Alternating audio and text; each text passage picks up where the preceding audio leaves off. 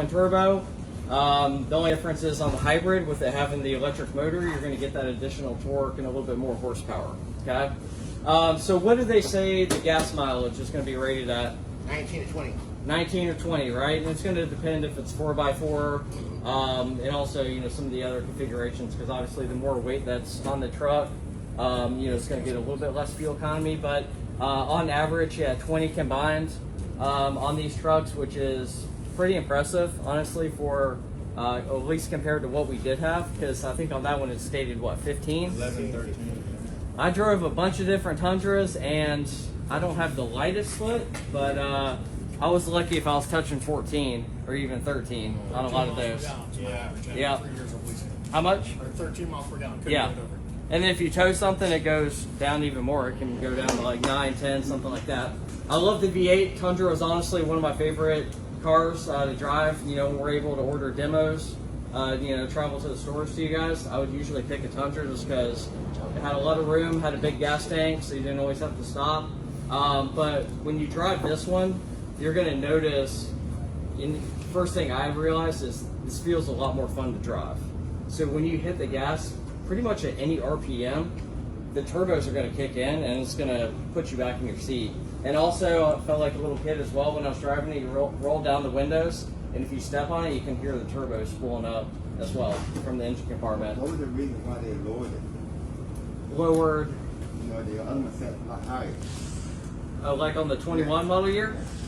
It's a completely different frame, setup, and all that. But as far as like dimensions, they're not too different. I had some people say this one looks a lot wider, and some people say it looks narrower. It's all just perception. But the difference between that one and this one, as far as like width, this one's only 0.6 inches wider overall. Yeah, and the height on them, honestly, I'll have to look at the specs, but I don't think there's a ton of difference on it. The part you do notice is in the back. You'll notice like the bumper is a little bit lower on the 21. However, we have the bed step that you can get on this one as well, which makes it easier to get into it.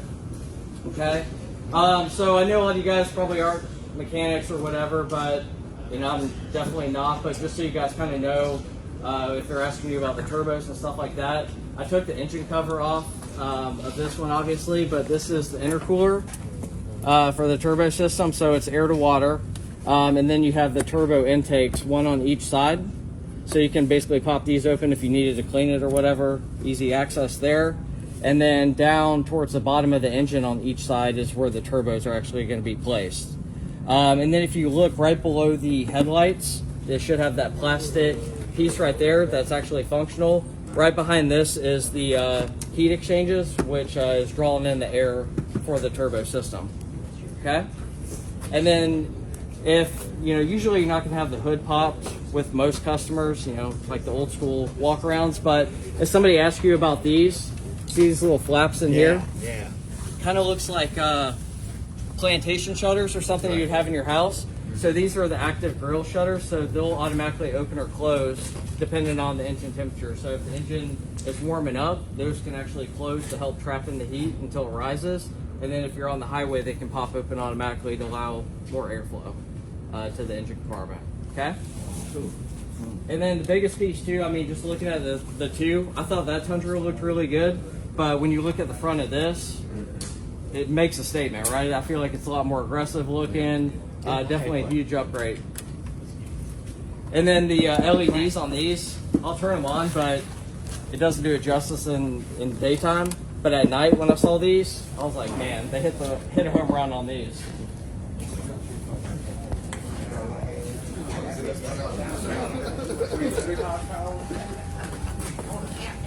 So yeah, 1794s will have 20-inch rims. These are the standard rims that come on the 1794.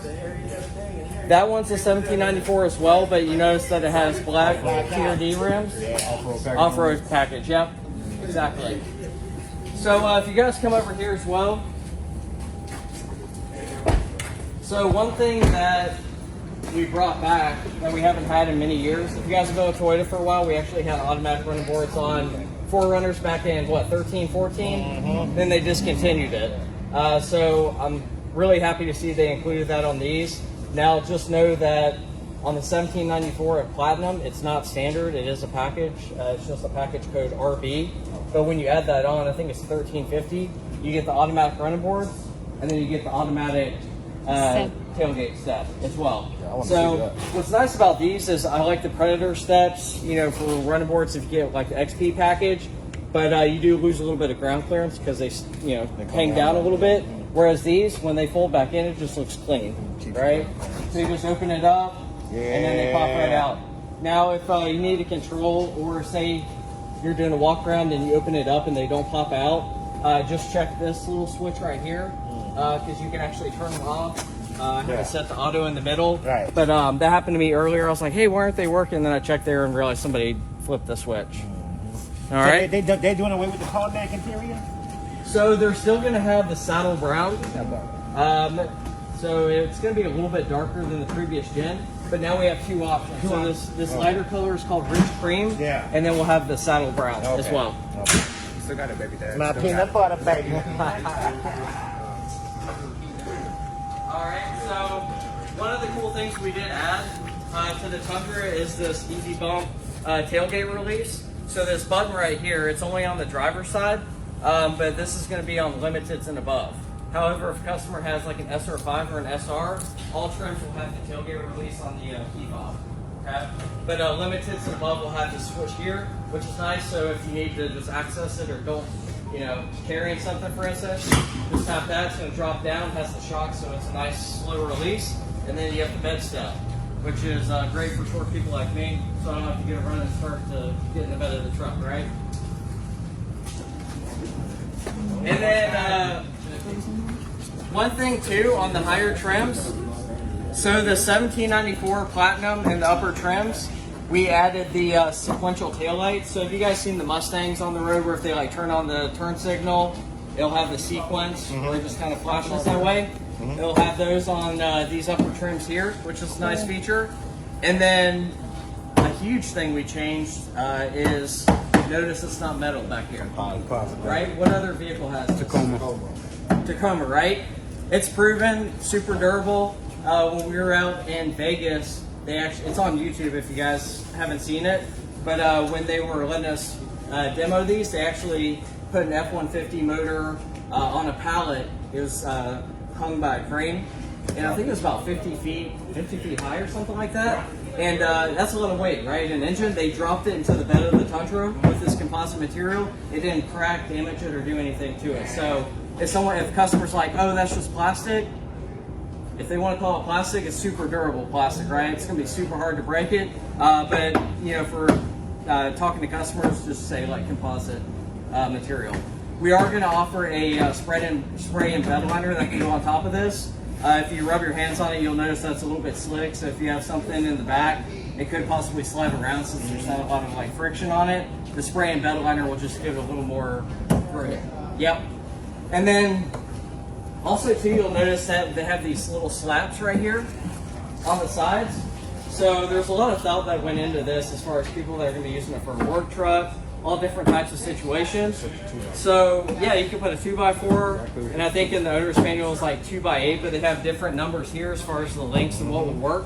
But say if I was like a pool guy and you know I was using this for my business and I had chlorine tanks or something that I wanted to stow back here but not move around, you can just put two boards back here to keep them securely in place. Okay. Then we have the LED cargo lights, which is nice. That's a big upgrade.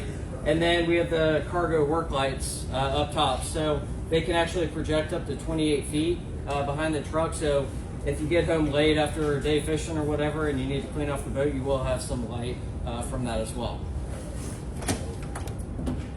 All of them are going to have the tailgate lock as well. And then this model here does have the panoramic view monitor. So when we start it up, I can show you guys how that works. But you'll notice there's two cameras right at the top, right there. We obviously have the backup camera here, but it's utilizing all these cameras. So think of it as, if you haven't seen it before, basically if you're driving on the head unit, I can press different screen modes or whatever. It'll show me a live footage of the bed of the truck. I can see the trailer hitch. So if I'm like worried, hey, is it shaking or coming loose, something's wrong, you can check that there. It'll show you the front, sides, so just think of it bird's eye view on steroids, and it's real life footage. Okay? Any questions so far? You guys good on everything? Did you get another step on this side or just on that side? Just on that side, yeah. So one thing too, the bed step obviously pops out and closes, you know, when you close this as well. But say if you start driving and you leave the tailgate down, that would still be popped out, but as soon as you go over 3 miles an hour, it tucks back in automatically. Okay?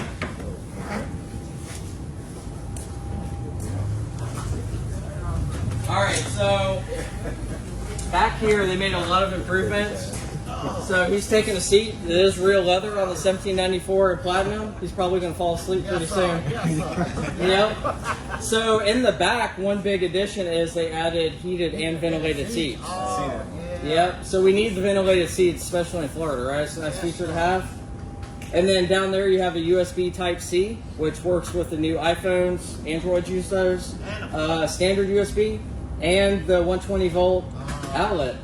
So if you got somebody driving for you and you're headed to a game, Jaguar game, they're probably going to lose, right? We go 3 and 14 or whatever. So you need something to get through that misery. Plug in a blender and make you some margaritas on the way.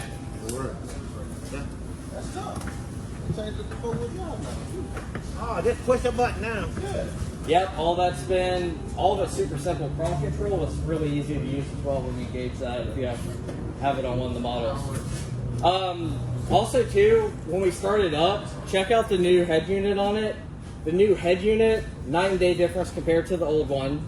The sound system, I love my music, right? I like to have a little bit of bass in it. This one does have the subwoofer, so if you fold down the seats on the other side right there, the subwoofer is right behind that back seat. So if you want a little bump in the trunk, want some bass, if you turn up the audio on this, it definitely will hit pretty hard. It sounds really good, whereas on the other one it kind of rattled a little bit. This one sounds super tight. You don't have any rattles or anything like that. And then some of you people, I'm sure, are family men, women, whatever. Well, if you're going to buy a truck and the wife's like, hey, what about little Jimmy? He's going to be in the car seat in the back. If you're trying to persuade her like, hey, I need to buy this truck, you can just tell her, hey, it has the rear AC vents, standard on all trims, and if you get 1794, you have the sunshade so he's not going to get sunburned. Boom, perfect family vehicle right there, right? Because the moms are going to tell you if it doesn't have rear AC vents, automatically out of the picture. All right, so I'll actually jump in this and start it up so you guys can kind of see it. The D monitor. Hands up.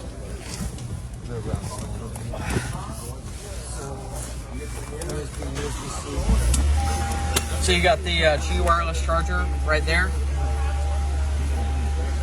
That one's the only hybrid that we have on the ramp. Yeah, a lot quieter when you hear those take off. You can hear the V8, from really far away, and the V6 sounds so quiet. Heck yeah. All right, so a lot of improvements to that. Pinch, zoom, pretty much just like an iPhone. And then the new voice recognition system is much, much improved. It's going to be just like Google or Siri if you ask it something. You still have to push the button to say Toyota, eh? Yeah, so I think when it's active, I haven't set any of the stuff up yet, but if you just say, hey, Toyota, Yeah. it should pop up, and then you just ask it, hey, find me the nearest parking lot, So or... there's no button to push when I go to set a car, because I got a guy coming tomorrow and I got to set him up. Yep. So it's just, hey, Toyota, and then it'll walk me through it, or? So when you start the vehicle up, Yes, sir. it's going to say like English, Spanish, you choose language, Yes, and it's sir. going to walk you through everything right on the screen. Good. Yep. basically. Yep, so it's going to tell you, like, at a certain point in the process, have the customer download the Toyota app, set it up, and then, like, this one has memory seats, for instance. Yeah. So when I set up that profile and I save it to setting 1 or 2 or whatever, it saves to my Toyota account. So when I get in the vehicle and it connects, it will automatically adjust it to my profile, which is nice. That's cool. So to activate the monitor, if I put it in reverse, for instance, so it has to be in either reverse or drive. And this is where it'll show you the different views. So you can just press the buttons here. I can see the back of it, sides, You can see the bed of the truck. So, like I said, pretty much bird's eye view, but real footage. All right. These two buttons are for the air ride suspension system, so you can. This is basically the 3 presets, so it can be high, normal, or low if you want to change the height of it. And then the manual one does the same thing, but you have more. You can tune it a little bit more with that. Now, you said with the pinch of the button right there, that's for the what? So this is for the adding brake power to the trailer. For the trailer brake. Okay. Yeah. So if a trailer has brakes on it, which normally if you have something heavier that you're towing, like a bigger boat, you want brakes on the trailer because if not, then say if you have to stop really fast, it's going to possibly push you forward. So you can add braking power. So this one is the manual adjustment if you want to do that on the fly, but you can press the plus or minus to where it's set. You don't have to mess with it. It'll also help you in the tailgate. Yep. Now, the SR5 does not have the power release. Is it still available to take off like the previous model? Because a lot of my old customers, they like the fact that it was lightweight and they'll be able to take the tailgate off if need be. Oh, to like completely remove it? That's a good question, honestly. Because I noticed the cord and stuff back there because of the release. Yep. Like on the SR5 and SR, since it doesn't have the tailgate release. So I feel like there has to be a way to do it, because honestly, even on the 21 Tundra, if you pop it open, it does have a soft drop on it as well. So it should be pretty similar. I don't think there's anything that would prevent you over the previous model from doing that. Yep. And then, it has the digital rear view mode, so you can click that, and then you got the home link up there. A lot of people ask me about this little module right here. So this is actually the dash cam. So that's a new option you can add on, and it's available even on, I think RAV4s have had it. It's on Siennas. Dash cam, yep. You can do forward? Yep, so it's going to automatically record anything in front of you. Oh, man. Cool. Dash cam. Yep. Oh, man, that's a great feature. So it is an option, but it's on several different models that we have now. But this has Apple Wireless CarPlay, Android Wireless as well. So really everything that the old one was missing, they added all that stuff on here. So, I mean, after driving several of these, TRD Pro even, this one, I mean, it has more technology than I even know what to do with. They hit a home run on it. Oh, yeah. Because, trying to put a dash cam in, you have to have the wires hanging and all that stuff. That's why I don't even use mine no more.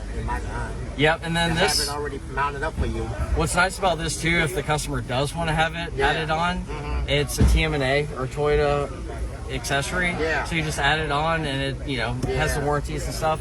There's a Toyota Dashcam app. Yeah. So say if somebody hits you, you could go on the app, download that footage, and then send it to insurance or police or whatever. That's good. The wires, just trying to have the wires hanging out. I said, nah. Yeah, it's clean. It's out of the way. It doesn't clean, really doesn't interfere with anything. Now let me ask you, for the tank size, I know you say it's a 32-gallon tank in this one.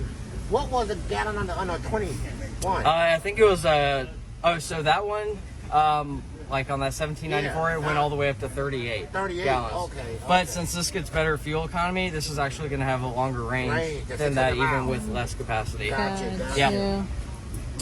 All right. So, but you guys are welcome to, look around this, and then probably show the guys some stuff on the hybrid over there.